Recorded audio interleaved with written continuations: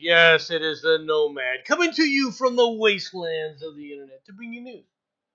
Bring you news today. Good morning to you all. Yes, it's still morning here.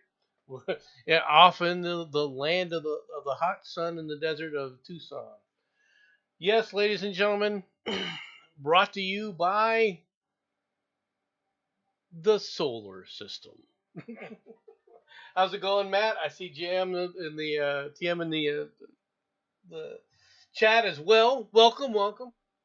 And yes, we have news, and we're going to start with the news that has got leftists around the world hopeful. Yes, ladies and gentlemen, Israeli Prime Minister Netanyahu taken to the hospital, say reports. Israeli Prime Minister Benjamin Netanyahu was rushed to the hospital Saturday, his office announced, suffering from mild dizziness. No, he went completely unconscious, folks. That's not mild dizziness. The Prime Minister's office told the Associated Press that he's in good condition but is undergoing a medical evaluation. He is believed to have suffered from dehydration, his office said, and remains in the hospital for additional testing. Preliminary tests came out normal and nothing abnormal was found, the statement said. The initial assessment is dehydration. Prime Minister visited the Sea of Galilee, a popular tourist hub, on Friday amid a heat wave in the country that has seen temperatures reach 90 degrees. Netanyahu, 73, is the country's longest-serving leader. Yeah, hi, Sean. Welcome, welcome. Yeah, Netanyahu is old. And like all these world leaders, okay, when something happens to them, they start making up excuses because, well, we can't tell people the truth. People can't handle the truth. Channeling my inner Jack Nicholson, you can't handle the truth. All right. The fact is people aren't stupid. They understand life happens. Okay? You see, there are times when, yes, a leader's health and so forth can cause a lot of anxiety for people. But most people understand old age is old age. And things happen. When President Reagan was shot, did people sit up there and go, oh my God, what's going to happen to the rest of the world? No.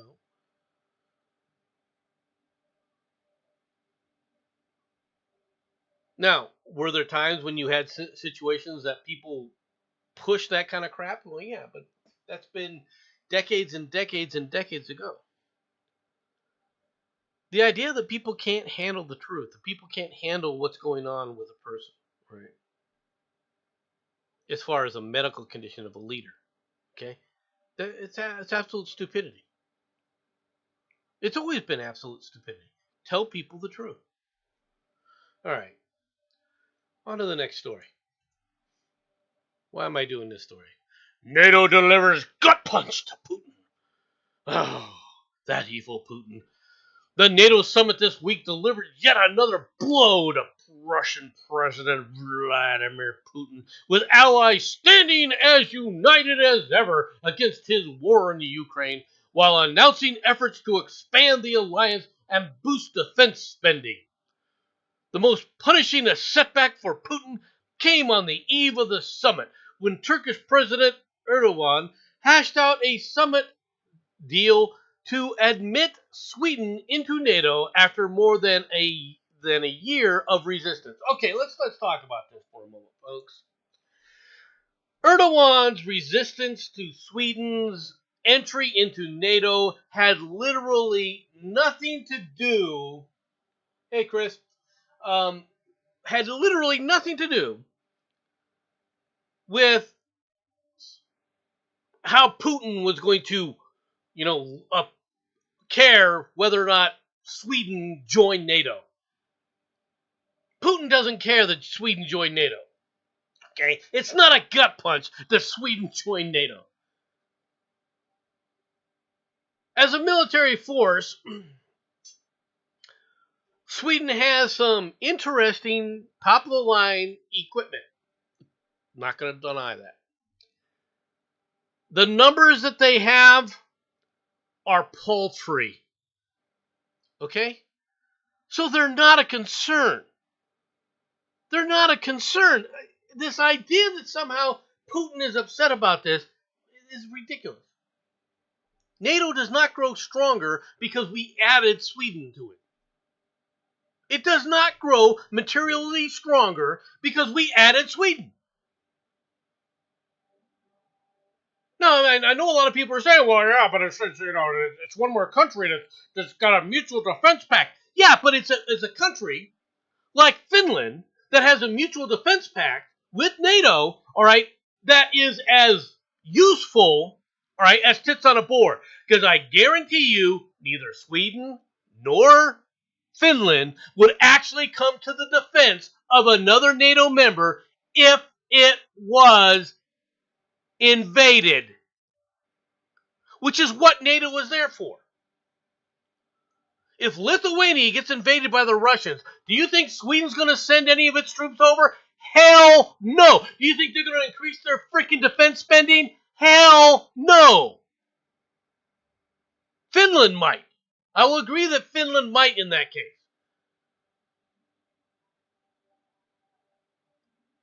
But if Russia marches through Serbia, for example, and then attacks, I don't know, Czech Republic or Slovakian Republic, do you think that Finland's going to show up at the door? Do you think Finland's going to sit up there and take that opportunity to attack? No, they're not. They're not going to show up. They're not going to add troops, and neither is Finland, or neither is Sweden, rather. So it doesn't materially help NATO. It doesn't. Oh, yeah, we're going to punish Russia for joining the Ukraine. Did they let the Ukraine into NATO? No, they put a stop to that, didn't they? But Biden put a stop to it. Well, really, Biden made the statement that he thought that they could bring the Ukraine in, and frickin' Zelensky basically he basically had to wipe off his pants and everything. Oh my God. The U.S. is going to go into war against Russia now. Oh, I'm going to join NATO. They'll all come to my protection. He was creaming in his jeans. It was a freaking wish come true. And then advisors came up to him and said, Mr. President, take your tapioca and just sit there while we tell everybody else what you really meant. And they jerked it right out from under Zelensky. Because no one is going there to sit up there and protect Zelensky, except Biden really wants to do this. Biden just activated a 3,000 reservists, including inactive ready reserve units. Or not units, but personnel. Because inactive ready reserve does not really have units, per se. Now, this is worrisome. It's worrisome because where the hell are you trying to put them? And there are conflicting reports out there that Biden is trying to move U.S. reservists into the Ukraine or into the Black Sea, specifically to confront the Russians.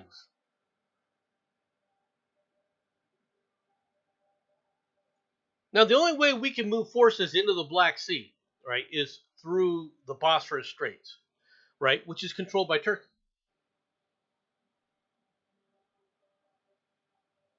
So there has to be something else involved in this. But this idea that Erdogan allowed Sweden in, or was not allowing Sweden in because of his worries about Russia, and that this is a stick in the Russian eye. Erdogan got his panties in a wad when Sweden cracked down on the amount of Turks, all right, going and being allowed, all right, to flee, all right, to Sweden for economic reasons. And so he was against Sweden and was making a point of not allowing him in NATO just so he could sit up there and say, I'm standing up for the Muslim world. I'm standing up for you. It had nothing to do with Russia.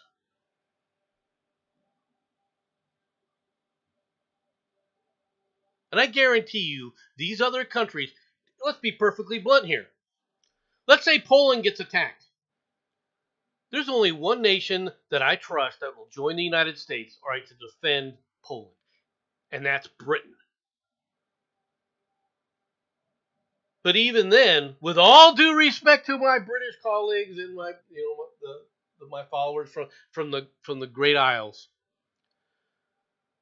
if Great Britain was really serious about defending Poland, they would be moving in troops into Poland today. They would be activating military bases, including RAF and Army bases in Poland with their latest equipment. Now, we've done that to a degree, not as much as we could, but we've done that to a point.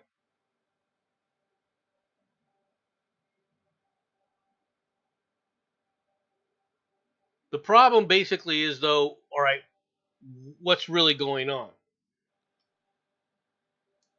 What's really going on over there? Nobody seems to know. But enough of that stupidity of the world in our wonderful tapioca president. Let's get into some other stuff. Stay or go. The fate of Andrew Jackson's statues in Kansas City's Independence courthouses are up to the voters. Voters will once again decide the state of two statues in the U.S. President Andrew Jackson outside the Kansas City and Independence courthouses after legislatures took steps this week to resume efforts to remove them. In a 7-1 vote, Jackson County legislatures approved a resolution at a meeting Monday to start the process to remove and store the statues of the county's namesake and install a statue of Harry S. Truman at the courthouse in downtown Kansas City. There are several procedural steps ahead before the statues can actually be removed. Caleb Clifford, the chief of staff for Jackson County Executive's Office, said in an email. The resolution calls for the issue to be placed before the voters on November 2024 ballot. To do that, the legislature will need to pass an ordinance placing the issue on the ballot, he said. Okay, what is the problem with Andrew Jackson? Well, Nomad, he was a slave owner. He was a slave owner. Oh, so you're going to replace him with Harry S. Truman, the guy who ordered the use of 2 atomic bombs. Okay? Which one is more problematic in your mind? And why is either one problematic? Andrew Jackson was quite a colorful character in American history. Okay? The country would not be the way it is today if it wasn't for Andrew Jackson. Andrew Jackson was the first populist president. And I think people don't understand that. He was the first president to come from the, as as Wagon would say, the oikery. Okay. Was he a perfect man? No. Was he a good president? It's debatable, depending upon how you want to view the man. Was he an Indian racist against the Indians? Anybody who thinks that are just idiots. Anybody who wants to try and bring up the Trail of Tears will sit there and go, this is Andrew Jackson. This is the evil man who did the Trail of Tears. Yeah, okay. The Trail of Tears was conducted under his auspices, right? But people don't understand what he was trying to do. And they don't understand the situation at the time. And they think that today's world existed back in the 1830s and the 1820s. I had an argument with an individual from the Cherokee Nation. He was listed on the Cherokee registry as a member of their tribe. And I had an argument with them about, okay, let's talk about the Trail of Tears for a moment. If the Trail of Tears didn't happen, okay, what would the result have been for the Cherokee people? And his comment to me was, well, there'd be a lot more Cherokees around. And I said, no, there wouldn't. I said, you would have been exterminated almost to a man. And he went, what? I said, what was the whole thing about the Trail of Tears? It was a tragedy. It was an American tragedy. I'm not justifying the Trail of Tears. Do not misunderstand me. But I do sit up there and understand why it was undertaken. I also understand the kind of lack of intensity put forward by Congress, all right, to make sure that unforeseen circumstances that were common, okay, weren't unforeseen circumstances. I understand that aspect of it as well. But the reality is the state of Georgia, the state of Carolinas, and probably Tennessee, and even into Kentucky, they would have gone on an extermination path, the states themselves, with their militias, and exterminated the Cherokees in their areas.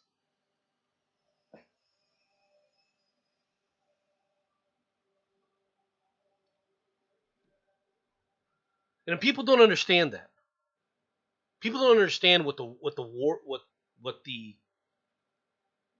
whole Trail of Tears was about. It started because in the state of Georgia wanted the Cherokee tribes, the 5 civilized tribes, to pay state tax,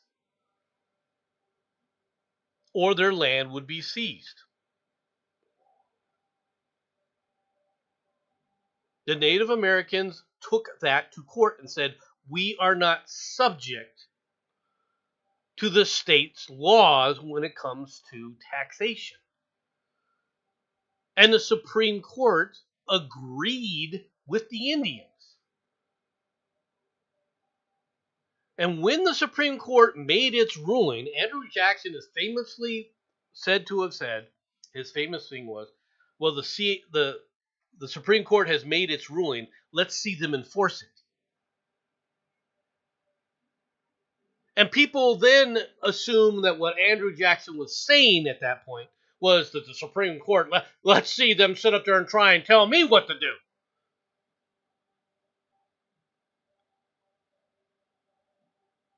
And they totally misunderstand what Andrew Jackson was saying right there.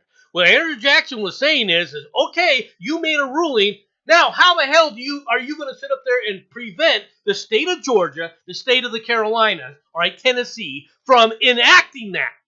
What are you going to do to prevent it? That's what he was saying to the Supreme Court. But see, people twist it. They're not going to stop me from kicking the Indians off the land.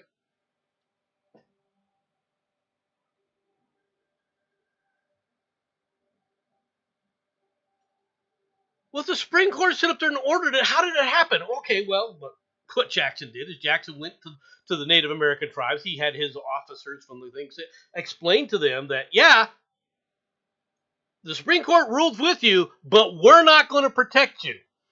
We can't. You see, everyone thinks that the federal government had the power.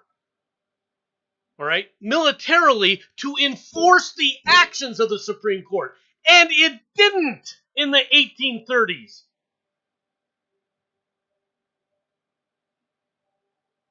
People think that the U.S. military was as powerful as it is today. It wasn't. The state militias outnumbered the entire federal force. And what's more is those people within that federal force, if he had attempted to increase the size of the federal government, where was he going to get the troops from? You think people were just going to flock to this? Do you think that the other states that were involved in this were going to go, we got Native Americans here, and,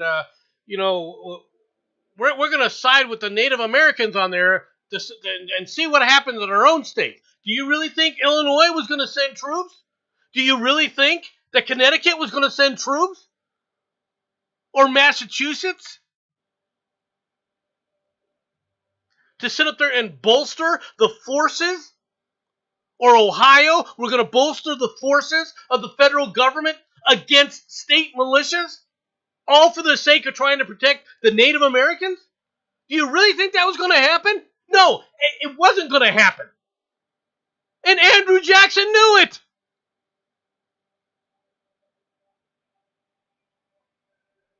And so he went to the tribal leaders and he said, look, I want to give you a good land and a good place to live. Just try and get a buffer away from these states and these people that are causing you issues.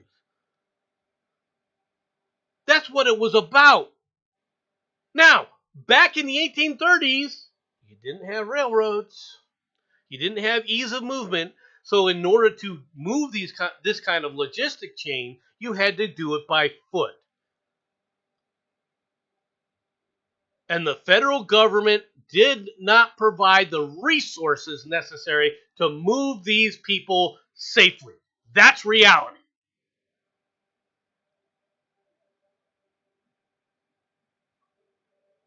And due to bad weather at times,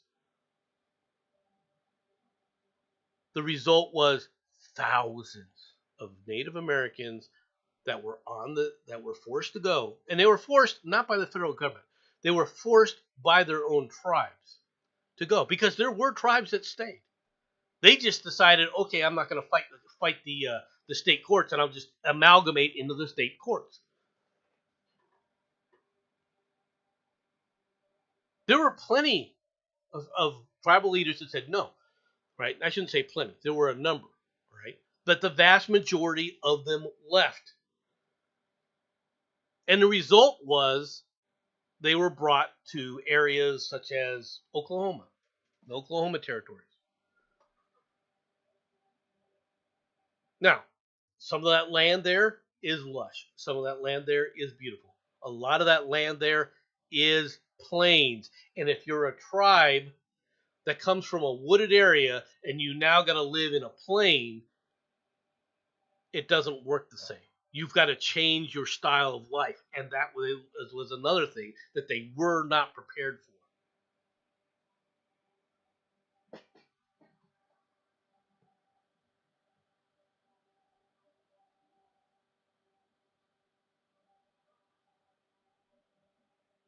It's unfortunate. So you have an argument there to say, okay, whatever side you were on, it doesn't matter. These are things that happened. But don't try to mischaracterize it. Don't try to put your own morals in it or what you would have done and how evil and immoral these people were that dared to do this kind of thing when you don't even understand the circumstances and you aren't putting yourself in anyone's shoes in that situation.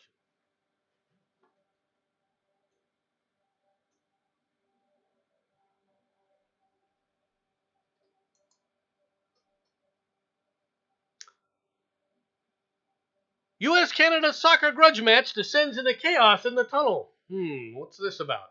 Whoa, Canada, the U.S. men's soccer team stands on guard for the tensions between the U.S. men's international team and border rival Canada boiled over Sunday evening following the Americans' penalty shootout victory in the quarterfinals of the Gold Cup regional tournament. Video published by TUDN USA captures players from both teams exchanging shoves and shouts in the tunnel after exiting the field. The footage depicts hold me back type hostilities, and it's unclear whether the confrontation ever escalated beyond this point. Then what the hell are you doing the damn story for? Now, if the American men's team and the Canadian men's team had a row at one another, had a go at one another, that'd have been cool. That really would have been. You'd have gotten a lot more people interested in men's soccer. I guarantee you, in the United States.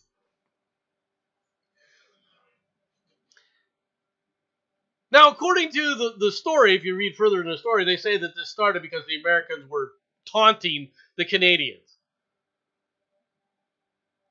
Right? And the Canadians didn't run around going, I'm sorry. Because I'm going to tell you the truth. There's a guy who does these little balls, right, with the flags of the world balls.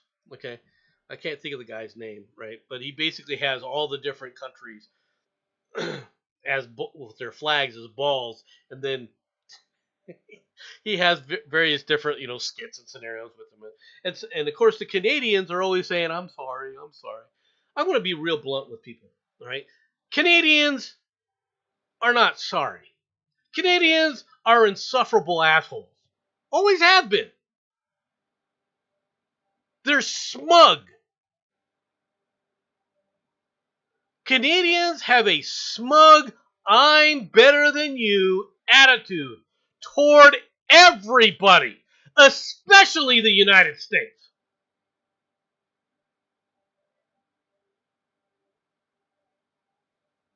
I'm not saying that they're bad people per se, but they're smug. Oh, they're so frickin' judgmental. And that is something that the little world balls never shows about the Canadians. The Canadians are friendly for the most part. I'm not going to deny that. Okay? They try not to be offensive per se. Okay? But their judgmental attitudes are something to behold. And when they think that they can push that judgmental attitude without you saying, what the hell are you talking about? Right? And getting in their face, they'll do it every single time. Trust me. It appears the Alabama baby thought kidnapped wasn't taken after all. The Alabama baby, reported late Monday, was found safe in her father's car across the street from where the SUV was reported stolen. Police said Tuesday that the 9-month-old Harlow Darby Freeman likely wasn't abducted nor the SUV stolen. Instead, it's possible the car wasn't put in park and rolled down into a kudzu, all right, and into deep vegetation where it was found. We're just not sure yet, said the parish police chief Danny Woodward, all right, adding that there is no danger to the community. They went looking for this child, thinking the guy came out, parked the car, wanted to run in, and then come back out, and then say found his car was gone, and the child was in the back, and the family was offering a $5,000 reward, all right, thinking that somebody had jacked the car and had taken off with it. Okay. Now, they said that the child was dehydrated but reportedly in good condition. Her aunt told WBRC that the family was feeling ecstatic after the find, thinking that she was kidnapped. Harlow's family had offered a $5,000 reward, according to AL.com. Harlow was seated in the father's white 2009 Lexus RX 350 when he said he got out briefly to quickly run into a friend's house, only to return to find the vehicle gone. Dude, don't run into somebody's house when you got a frickin' toddler in your car. This is not rocket science. Okay? Now I realize things happen, but if you're going to run into a friend's house, all right, and you stop the car, and I'm sure he turned turn the key off, right? If you got out of the car and you had the keys in your hands or whatever, now maybe you left the car running, I don't know. It does sit up there and make you wonder what kind of a moron the father is in this case. But at least it's a good story, and that the child was found safe, and we don't have enough good stories, to be honest. On to Seattle. Seattle seniors are afraid to go out as gun-filled homeless encampments add swimming pools. Residents at a senior facility in Seattle, Washington are living in fear as a nearby homeless encampment filled with guns and drugs continues to expand and is now boasting an inflatable swimming pool.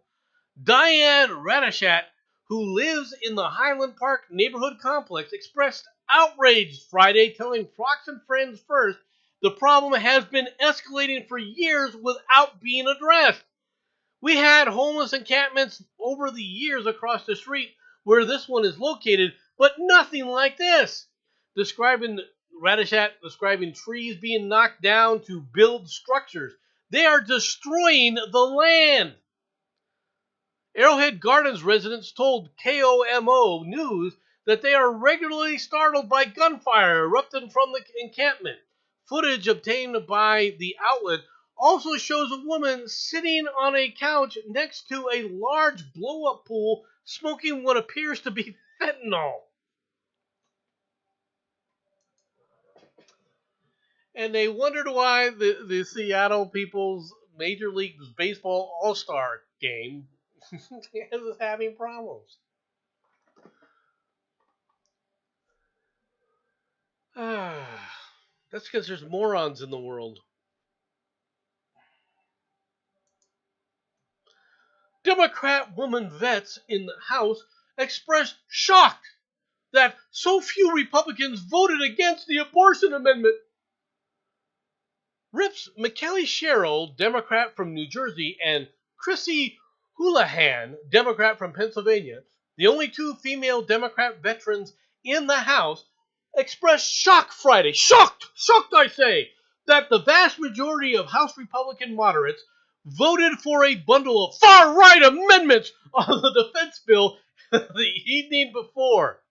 I was expecting on the order of maybe 15 or so of my colleagues on the Republican side to do the right thing and vote against these couple of a few disruptive amendments, Houlihan told reporters.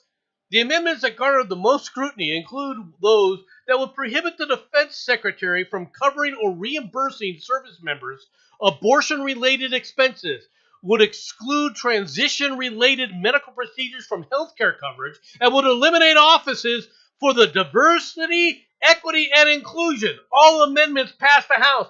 Tell me what's controversial about any of that. Tell me why taxpayers should be paying for elective surgeries, man. I want a reason that you are telling me I have to pay for somebody else's elective surgery. Now, this goes further. The story goes on. All right. There are those across the aisle who realize that this is bad, and I find that shocking too, Cheryl added. Right? Referring specifically to the abortion amendment. So they say, this is really a bad idea. This is not where the party should be going. This is a mistake. Well then, why did everyone but two people on the Republican conference vote for this really bad amendment? Oh, I don't know. Why aren't you telling us who these people were? Why aren't you telling us which ones these were? Why don't you, Cheryl, sit up there and tell us all which one of these representatives, all right, told you, yeah, this is really bad and this is not where the our party should be going, blah, blah, blah, blah, blah. And why would, because that person has a lot to answer for, in my opinion.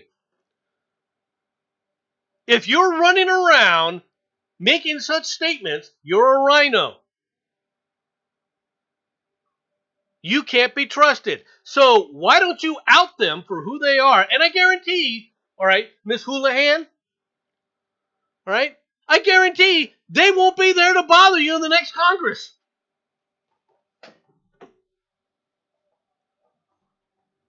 I guarantee you. You think that's a problem? Fine, let us know who it is. We'll get rid of them for you. We'll get rid of the rhinos, I guarantee you. The reason that they voted for it, moron, is the fact that they don't have a choice. They know where they can say that this isn't where our party should be going, but then let them speak out. Because they're going to find out, no, this is where the party should be going, and this is where the party has to go. It has to start demonstrating conservative values, and if it doesn't, they will be removed. You guys are not on the right side of history in this case. And I don't care if you're a woman veteran. You want to sit up there and do what all frickin' liberals always do. Suck the life out of the taxpayer while you yourselves frickin' stuff your faces. It hasn't changed. You're not looking out for the military, all right, because this makes the military that much more complex and harder to do its job when you're sitting up there allowing transition and people transitioning, all right, where they got to pay for drugs and hormone therapy and everything else, and this makes us a better fighting force? Go F yourself! For every elective surgery that a woman wants, there should be the government should be paying for it, and the military and the Defense Department should be paying for it. That's going to help us become a leaner, meaner fighting force. Go F yourself!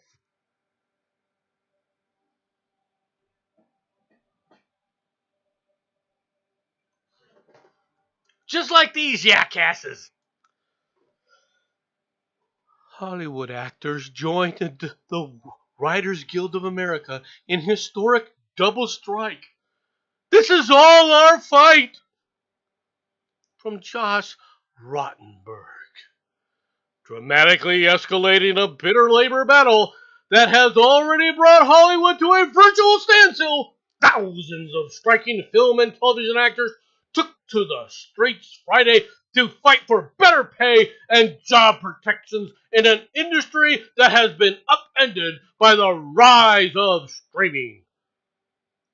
On picket lines outside more than a dozen studios and production facilities in Los Angeles and New York, including the Warner Brothers, Walt Disney, Sony lots, as well as the headquarters of Netflix and Amazon Studios, actors held aloft signs and chanted in unison, along with Writers Guild of America members who walked off the job in May. As temperatures rose throughout the morning in Los Angeles, so did the number of picketers from SAG and AFTRA, all right, the Actors Union, coming on the heels of walkouts by graduate students, LA's Unified School District workers, and hotel employees.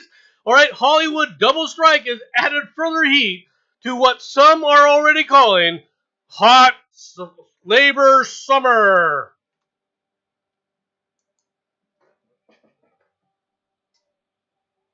Hi, Maddie. Maddie, if you want to join me, all right, feel free. Just let me know, all right, just in the chat, and I will start up a Discord, and we will go in the Discord, and we'll do it through Discord if you want. In fact, I will jump into Discord right now, and if you wanted to join me, you're more than welcome to.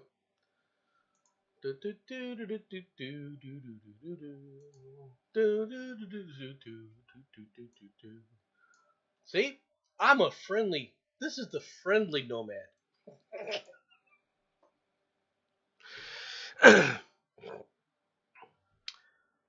While I'm talking about this, and I was busy humming the tune, right, from the Smurfs, let's talk about the Smurfs for a moment. Okay. I called one of my colleagues a Smurf. That her attitude was like a Smurf. Her Smurf worldview. All right. Now this is a good person, and she laughed about it. In fact, actually later on said that she's proud that I called her a Smurf. All right. because it was all done in more or less good humor. But there's a point to this. Okay. There's a point to this when you start talking about how the world actually functions. And the Hollywood actors and the Writers Guild of America are going to learn a really harsh reality lesson. Nobody cares. Okay? You see, one of the advantages of having a film studio in the 1930s was the only people who could afford to build a film studio or create a studio had to be a person of means. Now, many actors and actresses, all right, became people of means and actually built their own studios in some cases, such as Desilu Productions, for example. Right? Lucille Ball and Desi Arnaz built their own studio, and they had a number of very popular television shows that were hits. People forget this. Okay. Um, but the average person at that time couldn't afford the creation of what it took to sit up there and build a studio, to do these kind of things. The cost involved in a production like that was frankly prohibitive, all right, to such a degree that very few people could do things like this. You had to have means. You had to have a lot of money. Okay? And so the actors employed by these studios could demand a high premium, number one, because the reason actors and actresses constantly got jobs, the reason these people became quote unquote superstars and well-known actors and actresses wasn't because it wasn't just because they were talented. And I'm not trying to knock the talent of these people. You got to understand this. But the reason they became superstars, the reason they were portrayed in movie after movie after movie, is it costs less. All right. If you don't got to try and canvas an area for someone. Now, you always hear the stories about how the waitress was working in a diner and some movie hotshot saw the person and was like double, was taken in by their presence. And so they sit up there and had them come to Hollywood and they gave them a movie. Okay. And I'm sure that there were cases of that actually happened. The old Horatio Alger story. Okay. But they were the exceptions, not the rules, number one.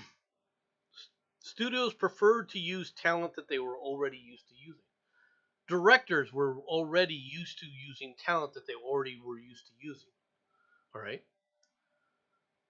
It was a very small world. Now, it expanded over time because entertainment as a whole expanded over time.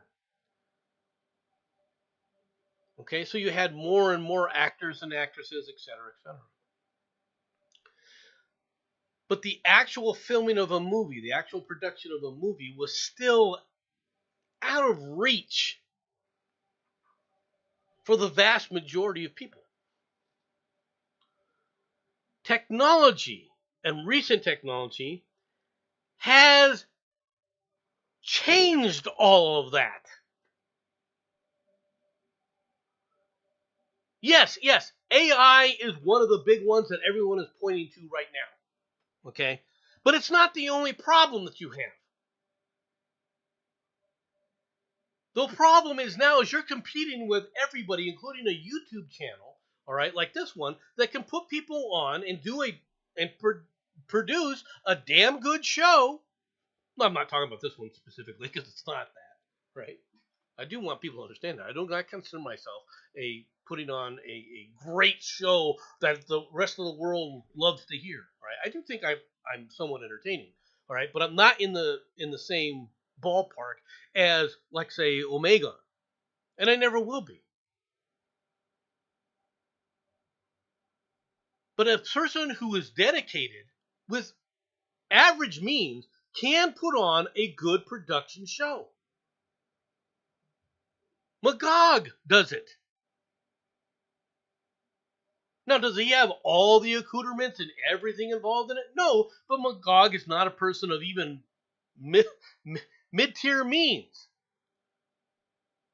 You get a wealthy middle class, an upper middle class family, or a father and mother, right, as a single child, and I guarantee you that child could put together, if their parents so desire, all right, a great freaking working studio for that person for on YouTube, all right, that has pretty high quality software and pretty high quality means, and they can produce a hell of a show now. So they're having to compete now on a much broader scale than they've ever had to in the past due to changes in technology. And it's doubled down even worse when combined with the production costs going way down, you have the distribution costs are dang near zero. Because once you get something, the cost of distributing it worldwide is the cost of pushing electrons around. And in today's environment, because of all the different entertainment venues that are out there, streaming is just one of them. Okay? People have gotten into other types of entertainment that are available that they never had to before. And as a result, these studios, these movies that are being produced, okay, have been going down and down and down. And at that same time that was happening, these jackasses decided to go, well, we're going to be woke. So they gave themselves a double whammy.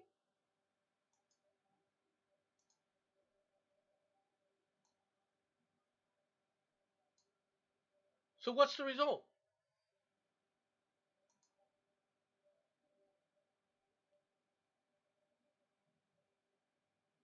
The simple result is that nobody, they're not willing to pay these guys extra money. These people are screaming more money, more money, more money. Guess what? You're not going to get it. You're not going to get it, folks. Right now, all these Hollywood actors are on strike. Tell me, did you notice? If you weren't following this story, did you notice?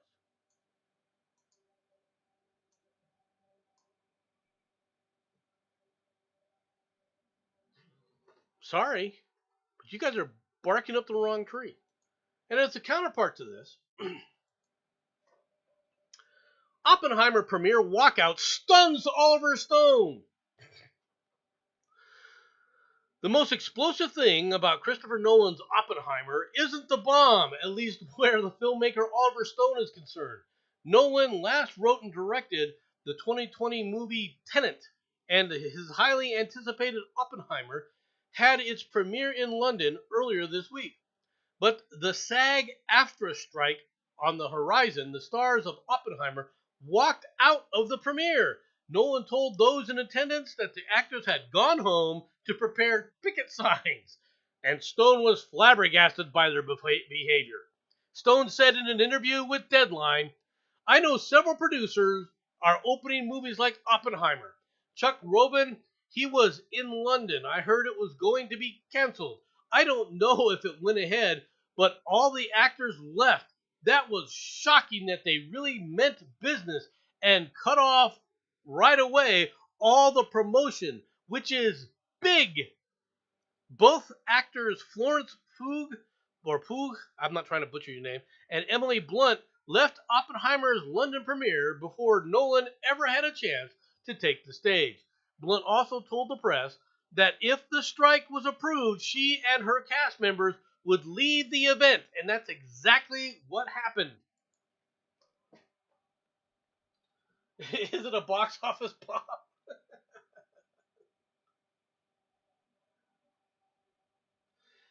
They are asking for wages increases that have not kept up with inflation. This is this and the residual checks that are pennies in some cases. Right? They are trying to raise the minimum pay scale. Yeah, look. I understand what they're trying to do. Okay, I just disagree with them doing it right now, and there's several reasons for this. Right? First of all, they're already overpaid. Okay, so to try and increasing the pay scale, all right, I understand what they're trying to do, but you're trying to increase the pay scale, all right, when competition has become that much more aggressive. If people are willing to work for less, guess what? Trying to increase the pay scale, not going to work. It's folly. Okay? Actors and actresses have an advantage, however, over the guy in a factory, all right, just put it in bolts. Oh, Nomad, what do you mean by that? What are you saying that? All right. Actors and actresses,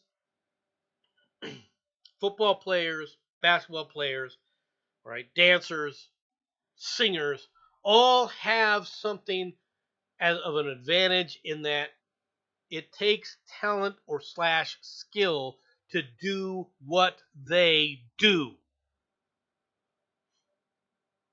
Okay? To be a good actor or actress, honestly, takes work, takes time to explore your craft and perfect your craft. Okay? It's skilled labor, it's a skilled system. Okay? Not everyone can be an actor or an actress. This is an advantage. The difference now, though, is you're not competing with people in California or who go to California who also want to take your job. Whereas before, all they had to worry about was the younger talent coming up from below them. When would be a good time? I'll get to that in a moment. Man, it's a good question, though. Okay. They're no longer just competing with those people. And they're no longer competing with Bollywood, all right, or London theaters. They're now being forced to compete with everyone. Okay? So to sit up there and demand a higher pay scale when you're going against everybody and anybody, all right, is folly. That's number one. Number two, right now, the entertainment industry is in a dire strait due to the very thing that you were just talking about, Maddie, which is, yeah, and I understand it covers voice actors and everything else, but guess what? Voice actors and all these other people, they can all be replaced very simply. All right, they don't have to sit up there and join a Screen Actors Guild necessarily to sit up there and work on a set. If you got a specific voice that somebody likes, and there are people, I can tell you right now, there are people whose voices are phenomenal. Okay, now they may or may not want to join these kind of things, but you have to have that kind of voice quality to be able to do this. I don't. I don't. I know that. I'm not. I don't concern myself with that because I don't fall into that category. People like the Britisher. Britisher has a wonderful voice. You can put the Britisher and see him voice acting in several places. Right? He would be a great addition as a voice actor.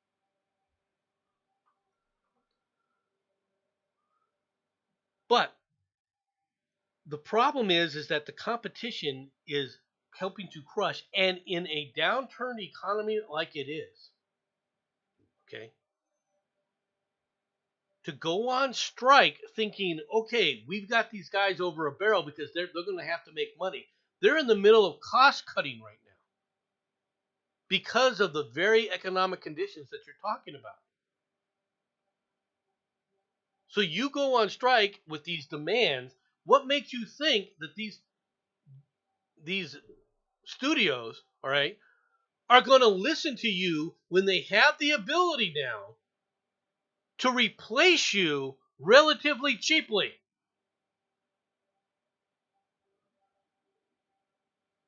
When the company is cost cutting, walking into the boss's office and demanding a raise is really a bad time to do it. If you don't believe me, ask the New York Times writers what happened to them when they went on strike. When the industry is suffering a collapse as it exists, going on strike does not enhance your position. And I realize also something else, which is the higher paid guys aren't the ones, they're the ones who are agreeing, oh yeah, we're going on strike, we're going on strike. I guarantee you, all right, Brad Pitt, all right, and Angelina Jolie are not suffering. Jennifer Lawrence is not suffering. But that isn't who these people generally are. But the other ones who are making a very decent living as voice actors or just regular actors here and there, guess what?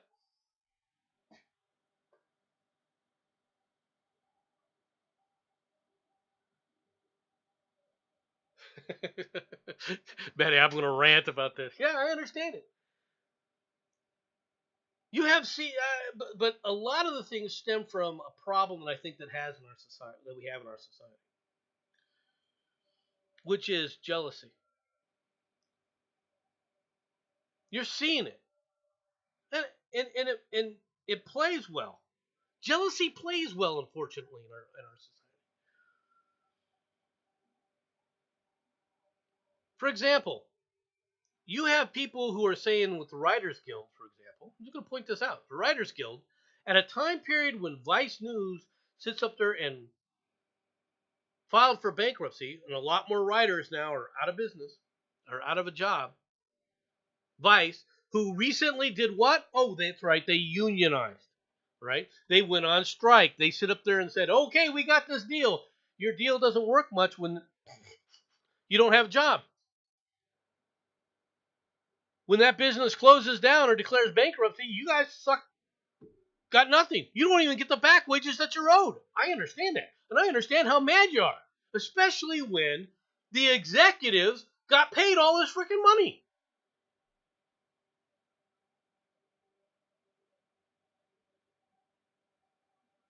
I understand your jealousy. Look, they got paid. How come I didn't get paid? That's not fair. Life's not fair. The average American, okay, is going through the same thing across the board. There are people barely scraping by with the way inflation is.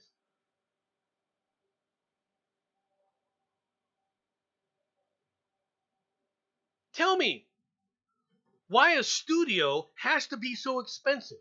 Tell me why when I say studio, I meant to say theater. If you go to a theater today, right, it's they got nicer seats than what it was like back in the day. They're not bleacher type seats anymore, right? And they're not these small little things. Now they're like lawn chairs where sit back and you got a cup holders and all these things, which they go into the theater experience now. Yes, that part of the experience has gone in there, but that doesn't justify the cost of a ticket when I was in college, for example, was $10. The cost of a ticket now, all right, is around $30. That's a tripling of the cost.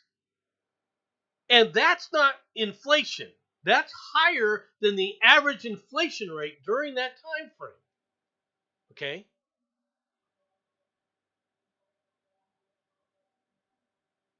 There's certain things where the cost has gone up dramatically. And entertainment is one of them. The cost of popcorn. A bucket of popcorn used to be $1. A bucket of popcorn now is close to $20, $15. Any kind of drink is at least starting around $7. And heaven forbid you go for the jujubes. Hey, Batman, if you want to join, you're welcome to join as well. Right? I've asked Maddie to join if she wants. She's more than willing.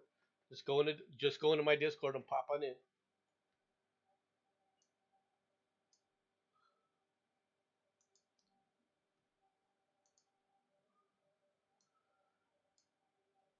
You're more than welcome to join this. But the the business and everything that they're trying to go with have changed. Now, once again, they have an advantage. The big advantage that Screen Actors Guilds and Writers Guilds have is it is a skill. It's a skilled position. The problem that they're having is there has to be now a realignment because the competition is far, far, far more widespread. It's not a doubling, okay? It's not a tripling. You are now competing with close to 100-fold more competition than you had before, and it's not an exaggeration. Now, back to Oppenheimer. I will watch Oppenheimer. I have an intention to actually go see this movie. Not for the reasons that people think it is. I want to see how real to life it is. Because Oppenheimer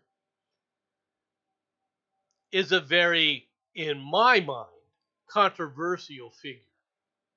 Okay?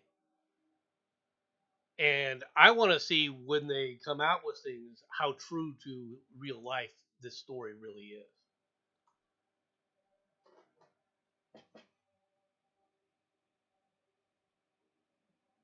Back in the 70s, it would cost around £1. Well, that's true. That's true.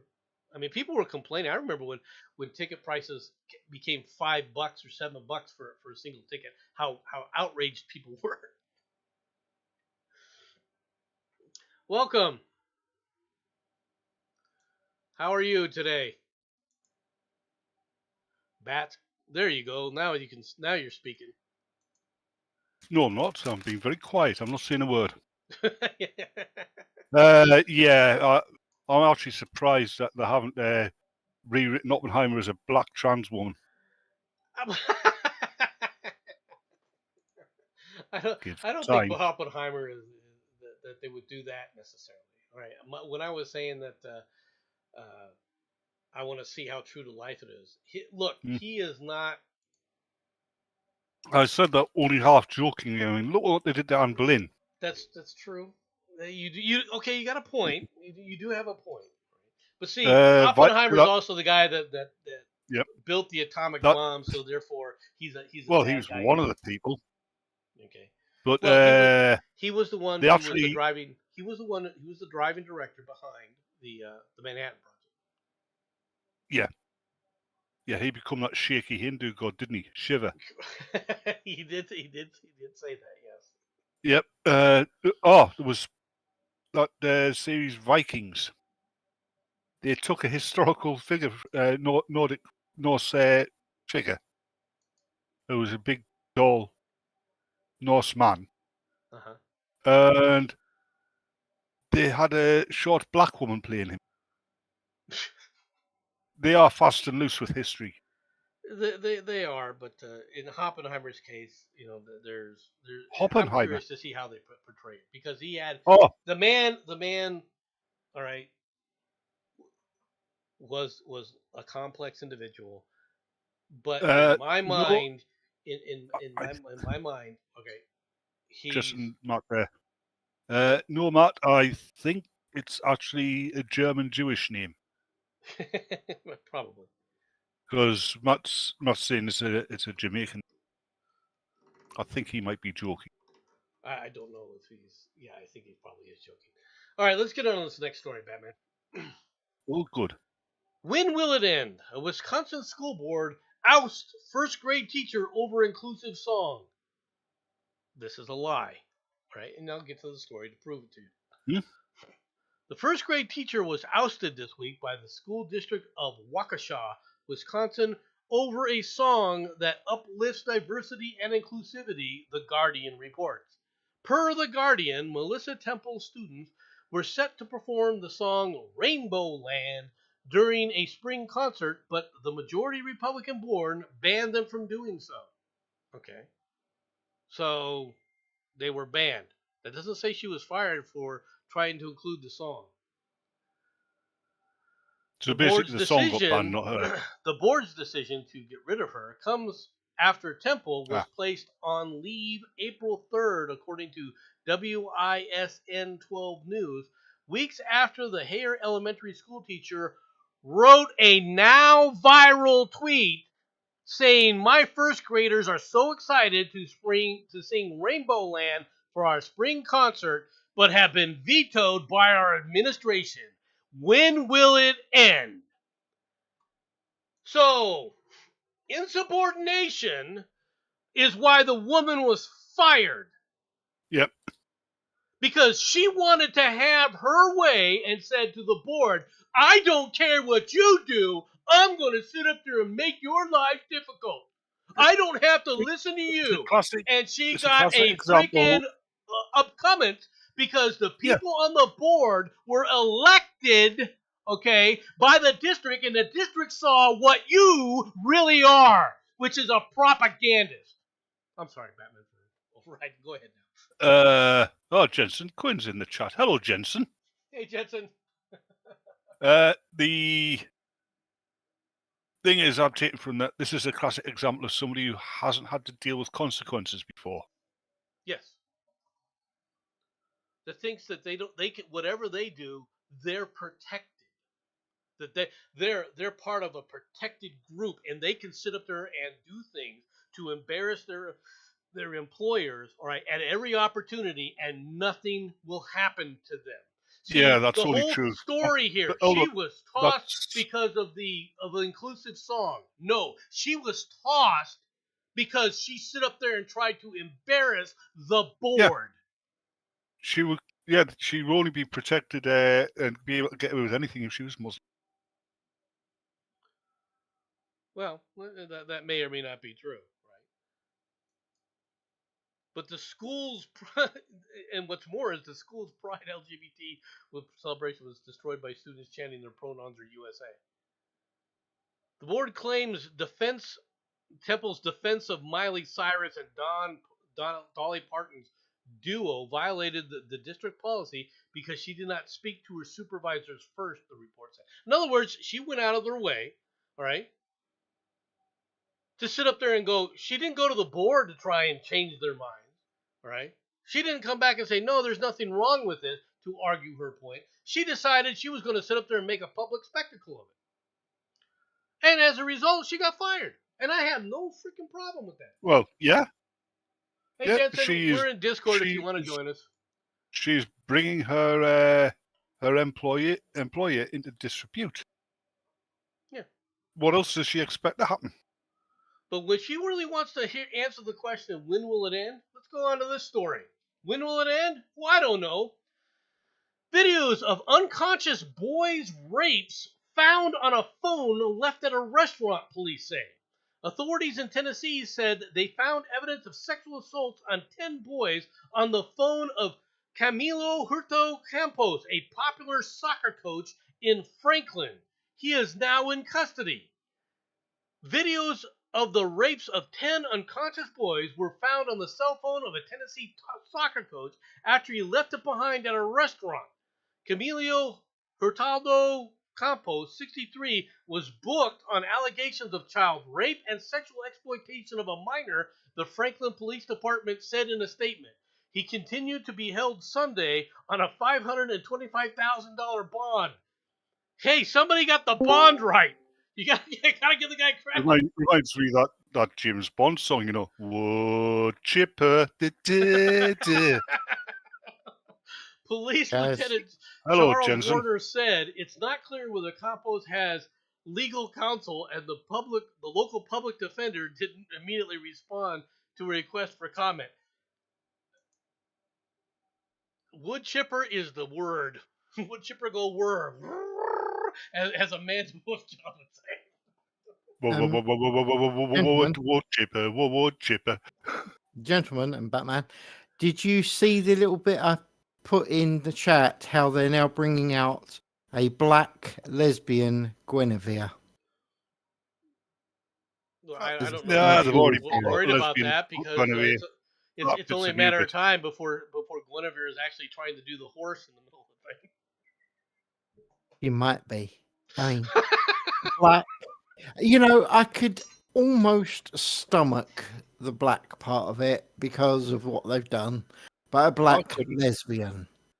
I'm not happy with any of it. No, just Well, is the just, character being portrayed as a black lesbian, or is it just that the yes. actress is a black No, lesbian? no. The character is a black lesbian. So Guinevere fighting for Guinevere. women's rights is Yes. going to get on the horse to go down and shame her lesbian lover for what purpose? I Don't care because I'm Am I missing something about the story of Guinevere? No, it's just freaking ridiculous, is what it is. Or there's that Lady Godiva. I'm sorry. That's Lady Godiva.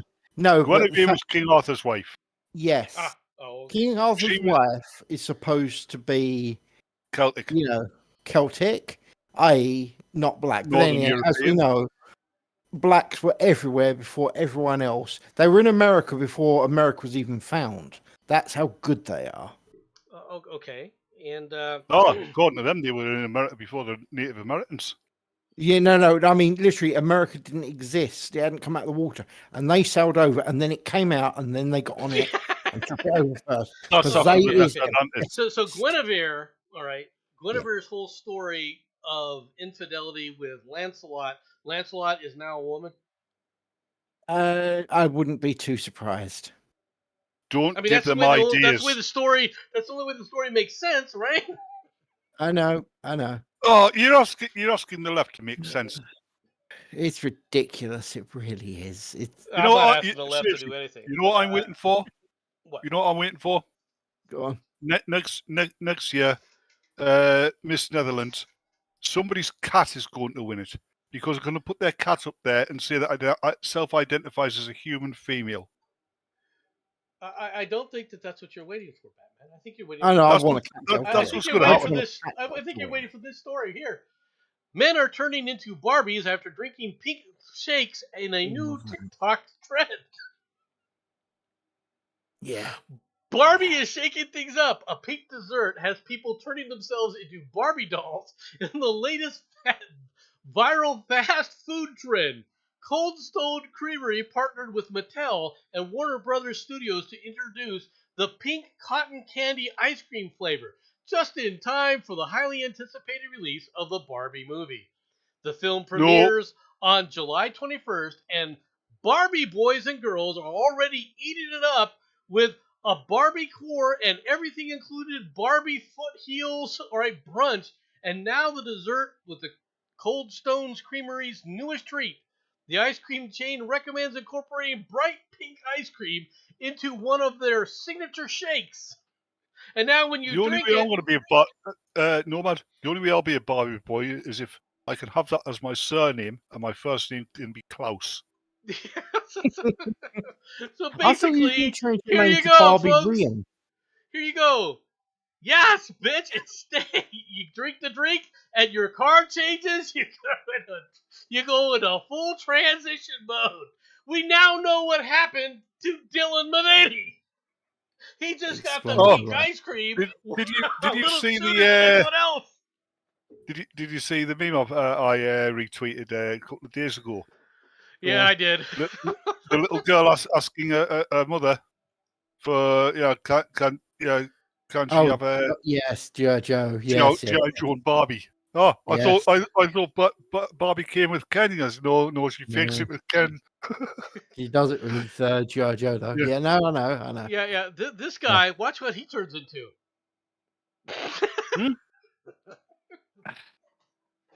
I don't even know what to say.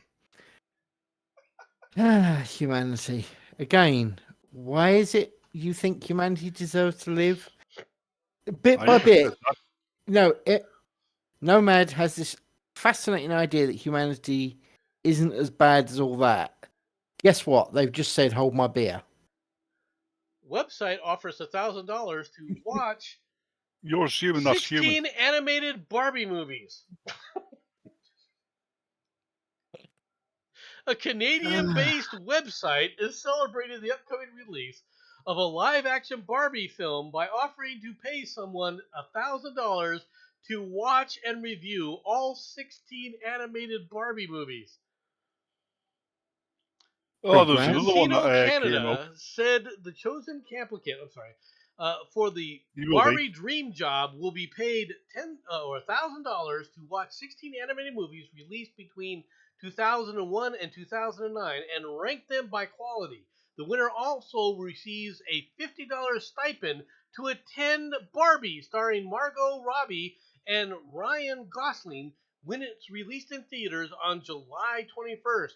They will then be asked to determine where the live action movie ranks among its animated predecessors. Pause. 1 minute. Don't care. You Don't care. realise they are saying that they will pay you to watch this freaking film. They Oh can't. my god! That is how desperate they are. They want to pay you to watch it. Wow. Their pockets aren't that deep. I know, but that's just. Oh, there was another one I bad. retweeted. You know that Fox made MASH, right? Yeah. And Disney bought out Fox. So you Mhm. realise that means all that. Yeah. That's all right. Yeah. That means that Corporal Klinger is a Disney princess. It's horrifying. By the way, applications are being accepted through Sunday. Mhm. Remind me to shoot myself in the face repeatedly. I will not be watching the Barbie movie, folks. Any. You mean they Barbie didn't movies. accept you? Oh, damn. I suppose Batman took your place, didn't he? Okay, No. Batman, we understand. No, It's all right. no. No.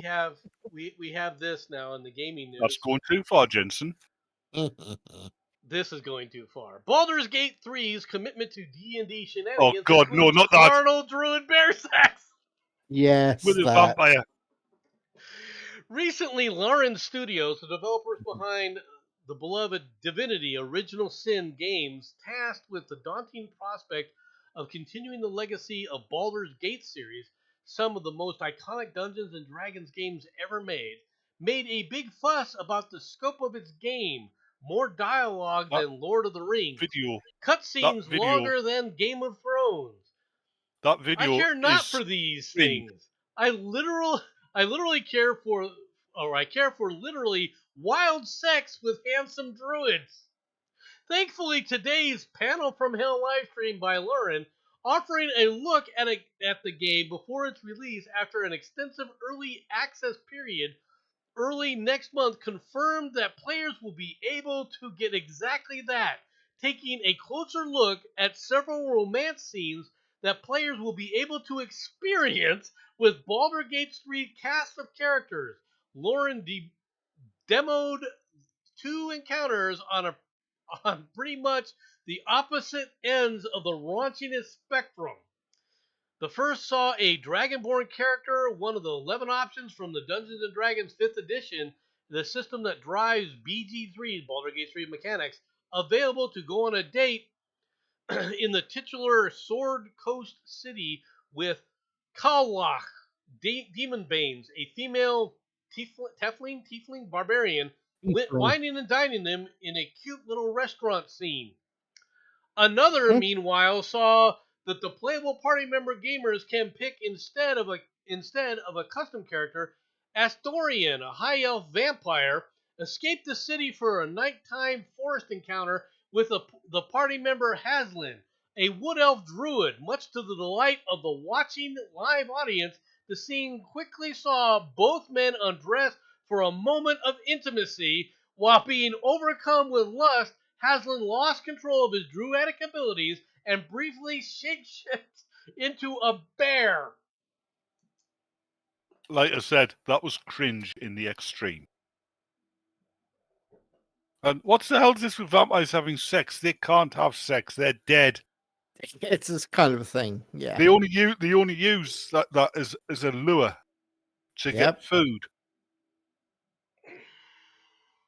Ridiculous. It really is. Anyway, guys, I'm going to have to go. I just popped in for a few minutes. Speak to you All both right, later. later, Jensen. Yeah, go on, sod off. Bye-bye. Then. Thanks for coming in.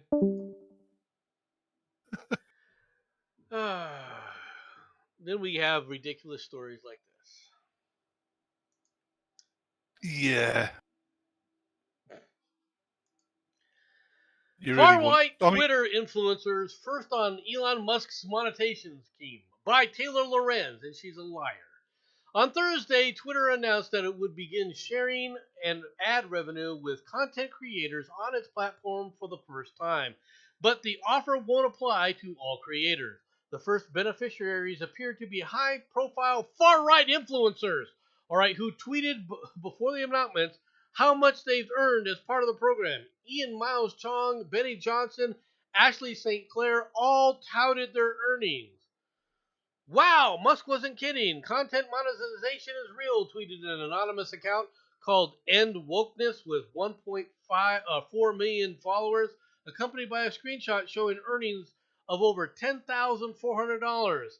So far, many of the influencers have publicly revealed that they are part of the program, all right, and prominent figures on the right. Andrew Tate, for example. And one of those is Ed Krasenstein, a hardcore Nazi leftist. Okay, that's a reality. Hey, Grobag, you realise to the Walkman mob, Karl Marx is far right. Anti-Trump influencers Ed Krasenstein and Brian Krasenstein, who were previously banned from Twitter in 2019, also announced that they were part of the program. They're anti-Trump influencers. No, they're radical leftists. Well, they hate Trump, sure. They hate anybody with an R by their name. They hate anybody who isn't them. Well, that's true too. But Taylor Lorenz got she just in this for doing this article. It shows you where the actual Washington Post editorial staff actually is. All right, that they would let something like this just go through without any kind of nonsensical nonsense. And of course, the Krasensteins were very upset about it. Without any kind of editorial work. Right. Well, they're a bunch of loony leftists, and all she's not a reporter.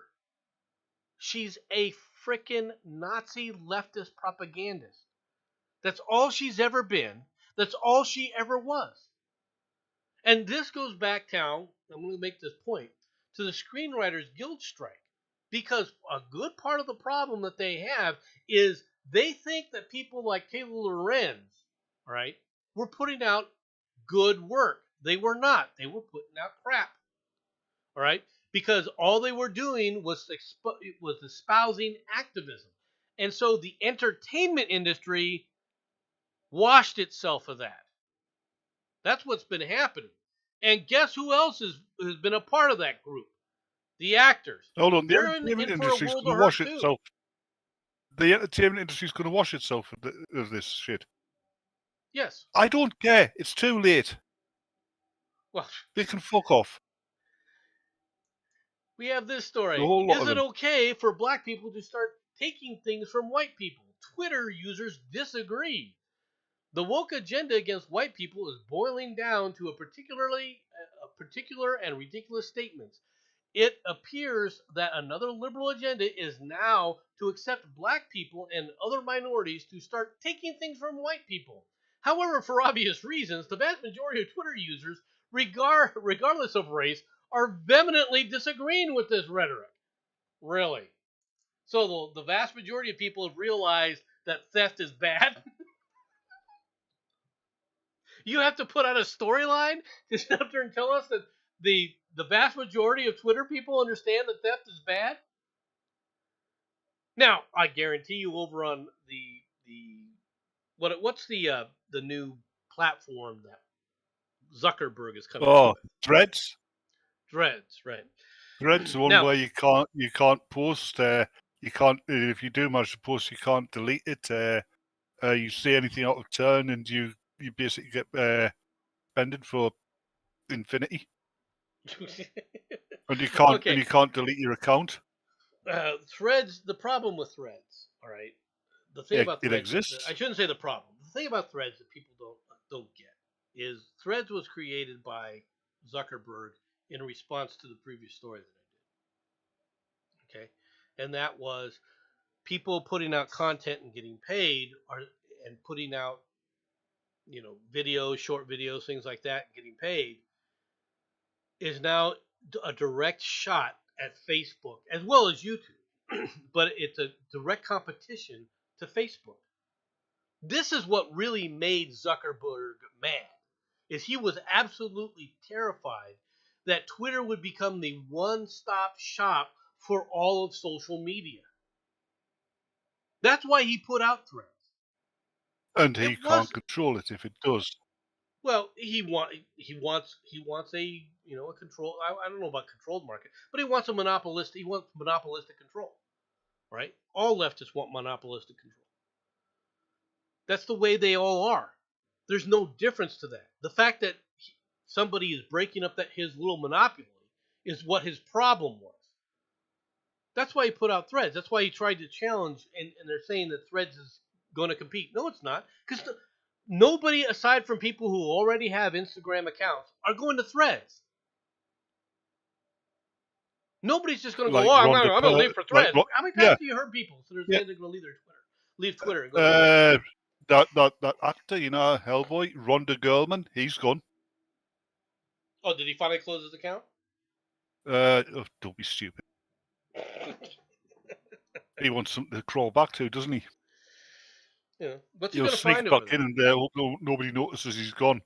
Exactly, because nobody does care if he's gone. I didn't care if he's gone. Yeah. And I'll be No. honest with you, the only thing that I think that I know that he was in, that I know for sure that he was in, was Hellboy, right? And I Beauty thought and he the did a Beast as decent well, job TV show. of being the big boy, the big man, right? Yeah. Well, somebody else could do it just as well. Oh, there's a lot of people who could do it just as well as long as you fall. But he did a credible job. I don't have a problem with that, right? The thing is I don't care. I don't care enough about the rest of this nonsense to go forward with it. Okay, on to this next story. Felony charges unsealed against man arrested near Obama's house. I got two stories on this. A January 6th defendant who had been arrested with guns and ammunition Oh, hold on. in I know his what this van is. This was near Michelle. Michelle, she'd actually gone out without her makeup and wig on. this was not Michelle. Right near the former president Barack Obama's house faces two felony weapons charges in addition to misdemeanor trespassing counts against him. Last month, court records show. Taylor Taranto, a defendant in the riot at the U.S. Capitol, was charged with carrying a pistol without a license and possessing a large capacity ammunition feeding device. Court records have been made public on Hold on. Friday's show. All right, the By felony. riot at the U.S. Capitol, do you mean that time when people went there and didn't riot? Yeah, well, anyway, the felony charges came on top of 4 misdemeanor counts of trespassing, disorderly conduct at the riot Capitol, and parading in the Capitol. Officials brought those charges against Toronto 37 last month when he was in Obama's Kalamora neighborhood hours after the former President Donald Trump shared the address on social media. The Justice Department said Friday's news release that Taranto was captured on video during the Capitol riot standing at the entrance of the Speaker's lobby. While at the entrance, another rioter, Ashley Babbitt, attempted to jump through the glass window and was shot by a Capitol police officer, murdered. All right, officials said. The government alleged that in response to the shooting, Toronto and other rioters were directed to leave the building. As they were exiting, Toronto and multiple other rioters, including David Walls Kaufman, scuffled with police officers, authorities said. All right. Officials said they later found a video Authorities posted don't lie a online lot. depicting Toronto during the riot. The video came with the caption that said, "This is me storming the Capitol, LOL. I'm only sharing this so someone will report me to the feds and we can get this party rolling. Authorities said Toronto was living out of his van parked across the street from D.C. jail after coming earlier this year to take up a public offer from Speaker Kevin McCarthy, all right, to show Capitol security video to January 6 defendants. Though the FBI has been monitoring Toronto's online activities for some time, the government only obtained a warrant regarding his involvement in the Capitol riot on June 29th, one day after Toronto hosted a live stream in which he said he was driving his van and intended to blow up, right, the National Institute of Standards and Technology, a federal facility about 15 miles north of D.C. Now, I hate to say this, Amazing. but these felony charges that they're bringing against him are going to be overturned in court. Well, yeah, because they're mostly based on lies. Well, no, they're based on them saying you have to have a license for your weapon that has already been tossed, okay, by the federal courts in the past, by the SCOTUS in the past, number one. And the large capacity magazine feeding things, that's been tossed as well. So it's only if this guy decides to go to court over this, they've only charged him with these things. And when you have things, you end up with things like this, because this also was part of the same thing. Judge says suspect arrested outside the Obama residence was taking orders. All right, I'm frustrated as you are. Taylor Toronto, the suspect arrested near President Barack Obama's residence last month, will be held in police custody until his trial, but the judge overseeing the case expressed sympathy for his situation. U.S. Magistrate Judge Zia Faruqi, all right, said he does not think Toronto is a flight risk, but stated he must consider his dangerousness in light of the suspect's possession of firearms and threats to elected officials. Toronto is an Iraq war veteran and will remain in detention in Washington, D.C. He added he believes Toronto was simply taking orders. He wasn't taking anybody's orders, all right? You're just trying to dream shit up here. He goes, I'm frustrated as you are, Faruqi said of Toronto. If our system was fair, you wouldn't be here. Yeah, they try to dream things up like they dreamed up Ashley Babbitt trying to jump through a fucking window when she wasn't. Yeah, she just got murdered. Yeah, she was one of the people there when the glass was broken and the guy opened fire. And to be honest, I'm going to be perfectly blunt. Okay, I have less of a problem with that in a sense. All right, but the problem I have is at the same time they're running around telling people that open fire on other rioters, all right, how evil and that they're just murdering rioters in the street. Okay, no, you can't have it both ways. You can't say, okay, well, we were defending things here, but we weren't defending them in these other situations. That's the problem that I have. Well, you see the ones at the Capitol, they were rioters. The Black Lives Matter and Antifa lot, they were peaceful protesters. Yeah, right.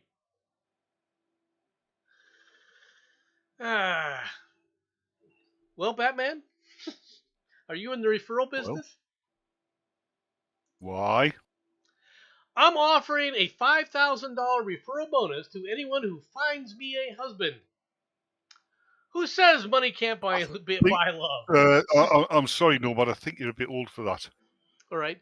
Sick of being single, a wannabe bride is offering a hefty referral bonus to anyone who successfully finds her a groom.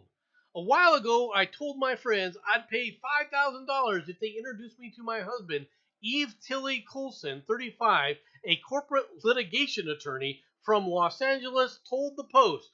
And I figured, why not open the offer on TikTok?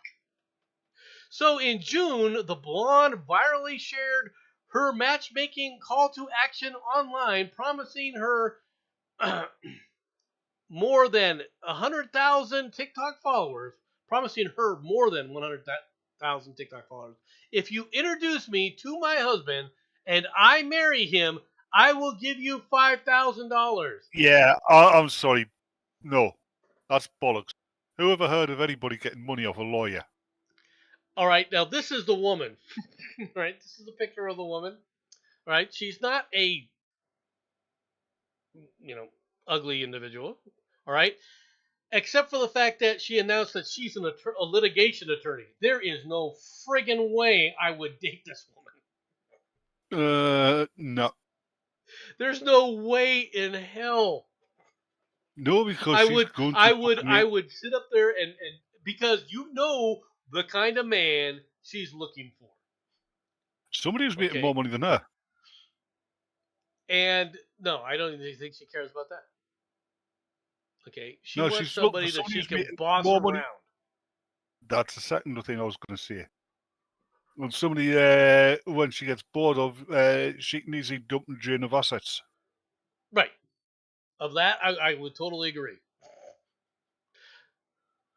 I've been single for about 5 years now, meeting people in person and on apps, she explained. But since COVID, there's been a weird shift in dating culture. Guys don't approach you in person, and most of the men on apps aren't swiping to seriously date. All right? I Actually, feel she's like paying lying. $5,000 for a husband who's vouched for, meets my needs, and is ready for a real relationship is totally worth it. All right? What are your Actually, needs? she's wrong. She's wrong. It's ever since Me Too, men haven't been approaching her. Yeah. And that wasn't a joke. Right? He has to be eligible. That means he can't already be married. This can't be his second wife. Who wants you? Okay?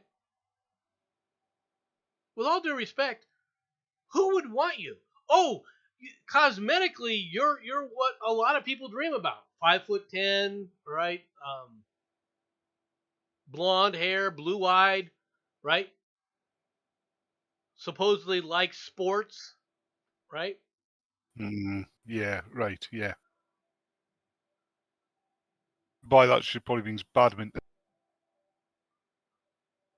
Or Well, tennis, yeah. I because mean, she's got so a thing whether the for it. guy has a Or college tennis, degree because or she's a got a thing. car is not a thing.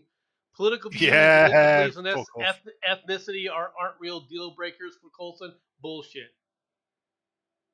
Yeah, she wants somebody who's a college graduate, has got an expensive car, is earning more than her, isn't that strong-willed, and preferably, I would imagine, racially similar. She wants somebody like Chuck Bass, 32 from Gossip Girl, never seen it, and Oscars winner Matthew McConaughey, 53, as prime examples of faces she loves to date. In other words, you've got to be the kind of person that she wants you to be, and you'd better be willing to do everything she tells you to do. You can't be someone that's going to argue with her. You can't be someone who can tell her that she's wrong. All right. Because and what's more is you can't have any expectations as a man for her. You can't, Right? yeah, she doesn't want a part, she doesn't want a husband, she wants a pet. Yes, that's exactly right. And this idea that I agree that she's not looking for money because she has enough of that on her own. Right? She's not looking at it from that That doesn't standpoint. She matter. wants something she can use and then throw away at No, the first chance. Nomad, that doesn't matter. On average, with human beings, the more money they've got, the more power they've got, the more they want. That's very true. Unfortunately, that's very, very true. In the duh category, no benefits detected from swapping blood with son, Brian Johnson says. An anti-aging obsessed tech mogul who used his teenage son as his personal blood boy said he won't be swapping plasma with his child again because there was no benefits detected. No kidding. Really? Really? Right? Brian Johnson, a 45-year-old fanatic who spends $2 million a year on a regimen that includes counting his nighttime erections I bet his son is now terrified of vampire movies. so that his organs, including his rectum, function like a teenager's, all right, tweeted last week that he was stopping the blood swaps. Johnson had enlisted his 17-year-old son Talmadge, all right, 2 months ago for a tri-generational blood swapping treatment that included his 70-year-old father, Richard. During the plasma swap, Johnson and his son and his dad had 1 liter of blood drained. Talmadge's plasma was then fed into Johnson's vein, and Johnson's plasma was fed into Richard's veins. He said he stopped the bloody boy experiment after seeing no benefit from the treatment. Yeah, plus his son was starting to make too much noise in the cellar.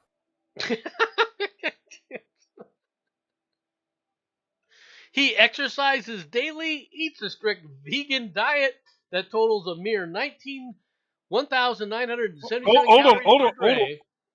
Hold on a minute. He's a vegan and he did that to his son.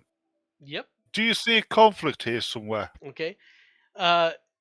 He also sits up there and eats his last meal at 11 a.m. and takes more than 100 daily supplements. The word is Fruit Loop. Okay? The guy has more money than he knows what to do with. That's the problem. And he's another person who is that guy is no different than Dylan Mulvaney in the sense that he's trying to escape reality. He doesn't like the fact that he's going to get older. Welcome to real life. I do feel sorry for his child, though. I really do. You mean his victim? Well, his victim, yeah. That is and his father as well. Right. On to the next story. This is going to become more and more common. Vigilantism is going to break out of control in this country. Colorado war vet kills 14-year-old boy, injures a 13-year-old boy after they tried to break into his car, cops say. A Colorado man was arrested after he fatally shot and killed a juvenile who was attempting to get into his car, authorities said. Around 11:20 p.m. on January 12th, residents in a neighborhood of Aurora heard an alarm going off and observed 2 people dressed in black clothing breaking into a Hyundai Elantra belonging to 27-year-old Orest Schurer.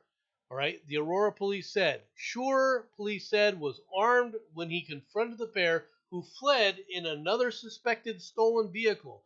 Schurer allegedly followed the 2 men, later identified as 14-year-old Xavier Kirk and a 13-year-old boy, who police did not name until the teenager's vehicle crashed. During the incident, Schurer fired several shots at the people he suspected of trying to break into his car, striking both. Kirk was rushed to an area hospital where he was pronounced dead. The 13-year-old ran from the scene to a relative's house and was then transported to a hospital and is expected to survive, according to officials. Schurer faces 1 count each of first-degree murder and attempted first-degree murder. All right, the suspected shooter is a veteran who served in Afghanistan and is currently a technical sergeant at the Buckley Space Force Base, USA, KUSA reported. Look, you can say what you want, that he chased the kids, he didn't have to chase them, he didn't have to shoot them. The reality is you weren't going to do anything to stop him. You weren't going to do anything to stop his protect his property, right? If you're not willing to protect his property, if you're not willing to protect a person's stuff, why do you believe that they're not going to sit up there and start doing it themselves? Nomad, you're going to see the Old West returning. It will turn into that. It's only a matter of time before you start seeing vigilance committees start to be formed, where these people do utilize the same kind of tactics that are being used by a lot of these thugs, all right, but for their own protection. And it's going to get worse. It is going to get worse. You're going to see armed conflict between residents of a neighbourhood and the local street gangs as well. Not for long, because the local street gangs are going to be freaking ousted. What will be happening? Locally, but now ones that are much broader based, it's going to be a little different. Not by much. Okay, Batman. This one's your story. For you, you got some explaining to do here. All right. It's time to stop outrage as UK hands China almost £5 million in foreign aid. The handouts come amid tense relations between the UK and the communist superpower. Sir Ian Duncan Smith insisted that it is time to stop giving China foreign aid after it emerged that Britain sent nearly £50 million last year. What Why have I are got to you explain paying it to? communist China anything? I'm not. Our treasonous government is. Okay, why is your I. treasonous government sending these guys money? We're also fucking giving foreign aid to fucking India. No wonder India's got such a good economy and can launch fucking rockets. We're paying for it all. Uh, Former Tory leader Sir Ian described the handouts to Beijing as bizarre and called for the cash to be diverted to countries more in need. This is all part of this green initiative bullshit. Is really what it comes down to. Is you're trying to play this game of no, we got to help out the developing countries. With all due respect, China is not a developing country. It is a developed country. Or am I missing something? I was going to say, if China's hasn't finished developing now, there's no hope for them. I think $50 billion could be used to build how many different That was actual 50 aircraft million, carriers? apparently. How Well, many? not 50 million, not billion. No, it was 15 billion. It's 50 No, I billion. thought I'm it sorry, said 50 50 billion. million. It was 50 billion. Yeah. And yet we Oh can't no, million. afford It stuff. was 50 million. 50 million Yeah. pounds. I'm sorry. Even so, they say we can't afford anything in this country, and they're handing out billions in foreign aid. Yeah. Yeah, I think that we need to put a stop to that. How much have you given to the Ukraine? Too much. Penny is too much. Foreign aid doesn't help anybody, apart from No. despots Yes, it helps. It does help the despots. and the warlords. Nobody I got a else. place for you to move to, Batman, if you want to come to the United States. Told you. Right. 30 years ago, if I could have, I would have moved to the United States, and I would probably be close to retiring from the Parks and Forestry Commission now, because I would have been a forest ranger or a park ranger.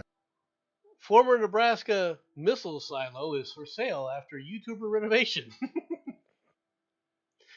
An unusual home sale in Nebraska was formerly a missile silo before being remodeled by a popular YouTuber. Andrew Flair, the influencer behind the Flair channel on YouTube, bought the nuclear silo for $500,000 in 2022 and spent 45 days transforming it into an underground home. Flair, who chronicled the space's transformation in a YouTube video, added a full kitchen and three-quarter bath to the bunker, as well as a luxury vinyl plank flooring, a movie theater screen, a popcorn machine, and a foosball table. I want to sell it as a Where, turnkey. You could literally live where, down there where did he hide the Stargate? if you wanted to property if you wanted the property. Okay, the home is being listed for $750,000 by Polly and Mike Figueroa. Figueroa. All right. Here's an opportunity to own a piece of Cold War military history and the ultimate survivalist retreat, weekend escape, or perhaps an Airbnb. No. Okay. Now, the thing is people are saying, well, $700,000, $500,000 for the home. Look, it isn't just the home. Okay, it's the land around it. Okay, there's a lot of this is not a 3 bedroom home. It's not competing with a 3 bedroom home. You understand what I'm saying? So yeah, How's it there's not land complete with a around it, three-bedroom home? and I'm not sure exactly where this is in Nebraska.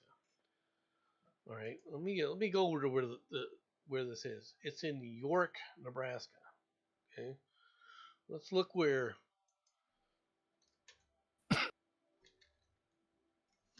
Let's see where The thing is, York, the, the, Nebraska is, shall we? the thing is it really a decommissioned nuclear silo? I mean, what happens if World War III's declared while you're in bed, and all of a sudden your bed moves to one side to make room for the fucking rocket? Let's go on Google Maps, shall we? For everybody to see. We don't care about that. Let's see where this is actually at. This is York, Nebraska. Okay, right here. Still keeping it kind of thing. Oh, it's fairly close to Lincoln actually. Yeah, well, I'm waiting to see it. All right. Here, this is Lincoln, Nebraska. This is York. Okay. So if this is near York, this is near. Um, Yeah. this is So not that far from actual what's it look like? the Airbnb or the area. No, the land around it. What's it look like? Like this. Yeah, I just see a map. I can't see what the land looks like. You'll see in a second.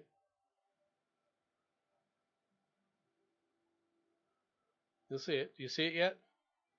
Not yet. You're not seeing. You're not seeing the farmland all around there. Hold on. There we go. Okay. Oh, so it's actually decent looking countryside. It's fairly flat. This area. These circles that you're seeing here are part of what they call center pivot irrigation, which means that you have a fairly uh, high water table, right? So getting Mm-hmm. groundwater is fairly easy. Um, I mean, if you want to get away from it all and have a comfortable place to live that's secure and has all of your basic essentials, it's an ideal fucking it's to snap. this is the. I think this is the place that they were talking about right here.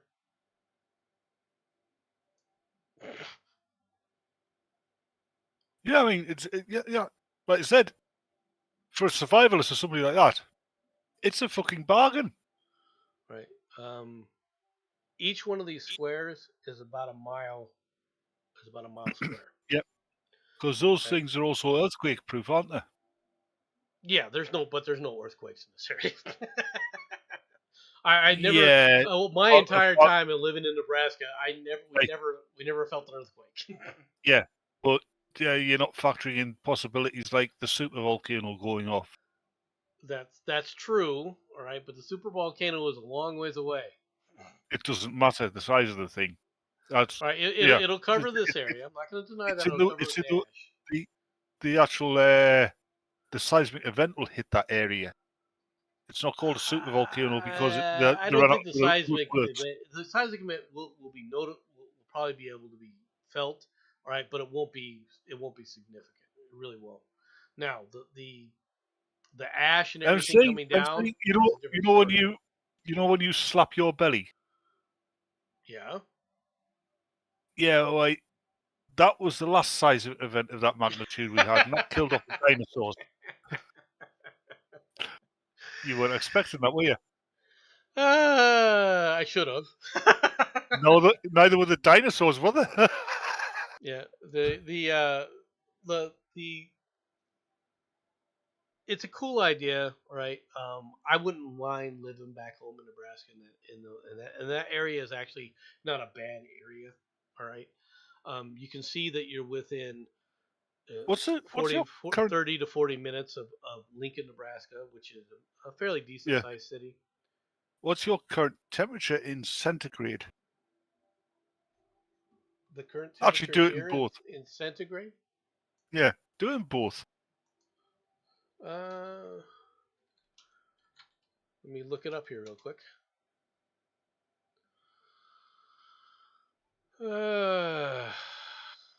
It's 41 centigrade. It's 106 currently. I take it that's average for you where you live. It's a little hotter than normal, but not much.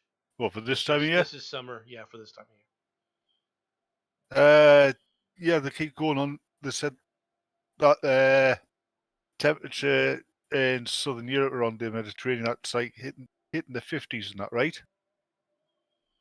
Ever since it's been going on about the the horrific increase in heat in that area in Europe and that, I've been monitoring the fucking temperatures, which is fucking easy to do. All you have to do is Google current temperature and input a location. You get an accurate response, right? Mm-hmm.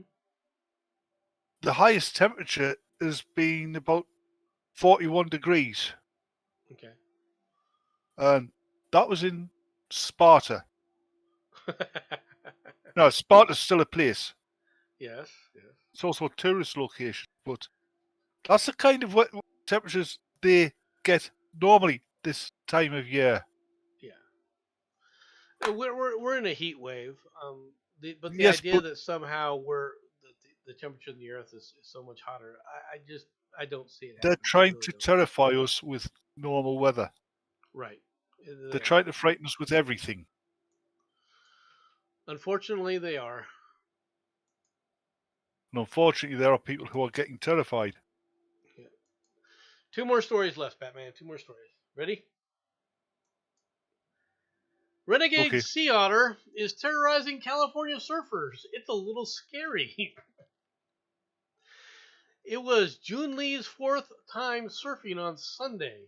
The 40-year-old Apple software engineer from San Jose had rented a board, driven south to Santa Cruz to watch some waves off the coast of the iconic surf town.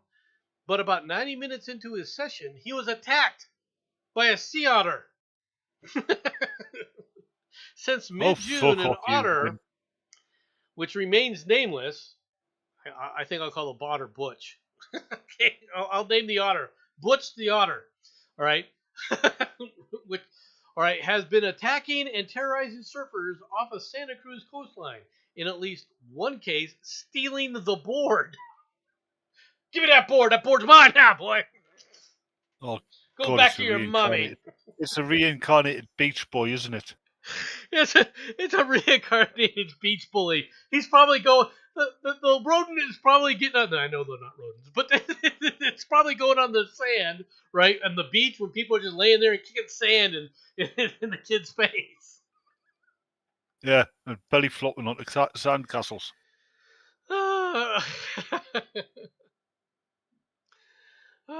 In recent days, attacks have grown increasingly aggressive.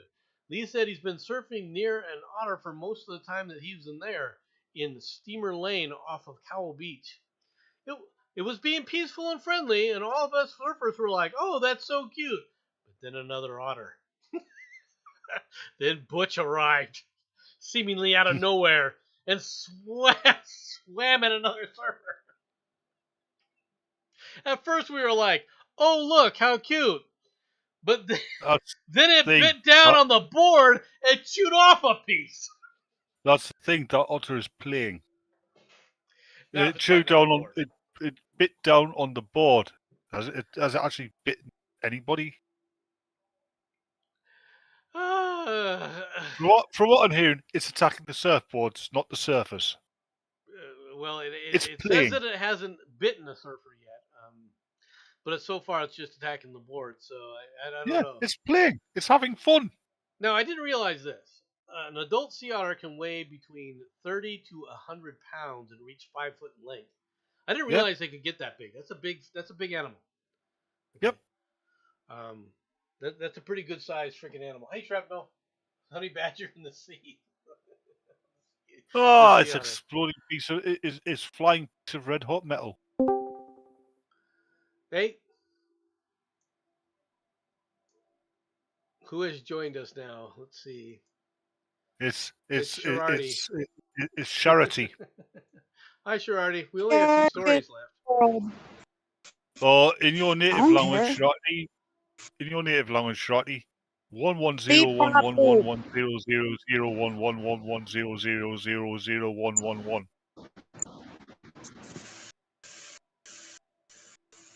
Yeah, sure, whatever. Moving on.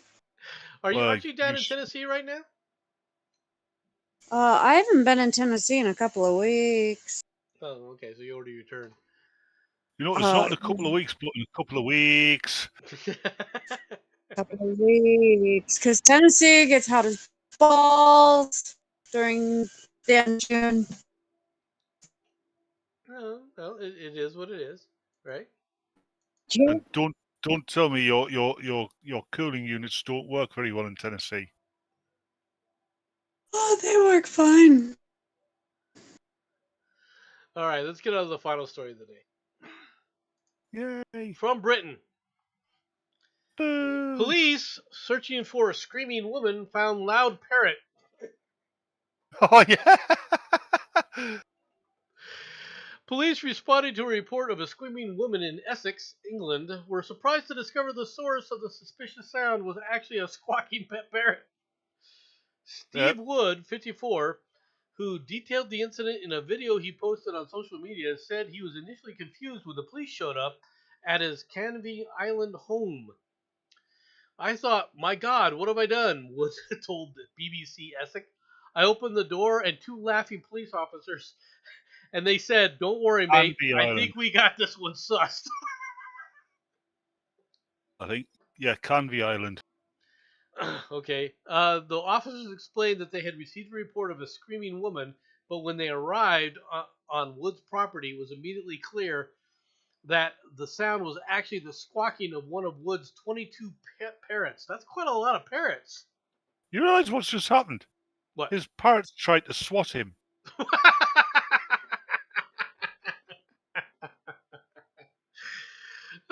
Might be advisable, Tim. Tim Pool, if you're listening, I doubt you are. All right, but if Tim Pool, if you're listening, don't get a parrot. Don't get a parrot. It looks like these things are natural born swatters.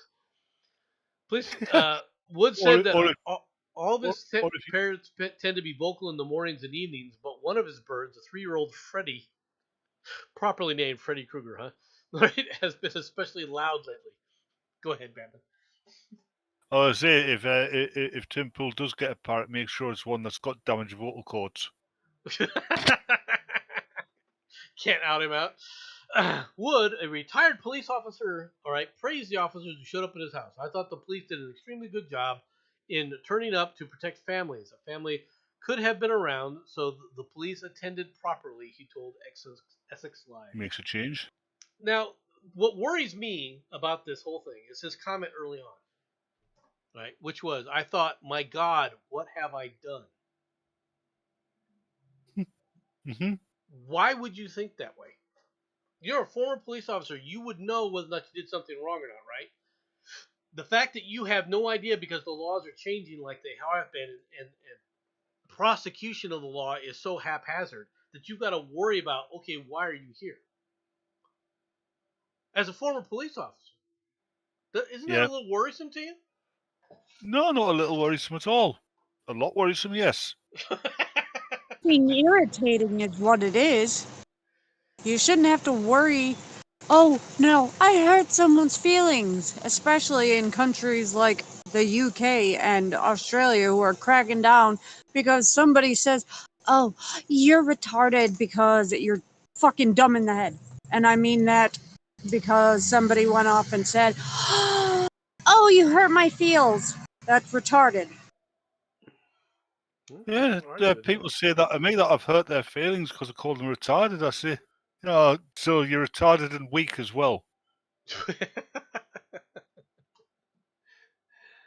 Unfortunately, that's what's happening in today's world. It is what it is. All right, everybody, that's everything that I've got for today. Hope that you all enjoyed the show. Have a fun. Stay safe. Stay cool, or as much as you can. Hope that you all do have a good time. By the way, Jensen, I hope your brother is feeling better. All right, and gets well soon. I'll talk to you all later. Yeah, me too. Bye. You heard him. It's over. Piss off.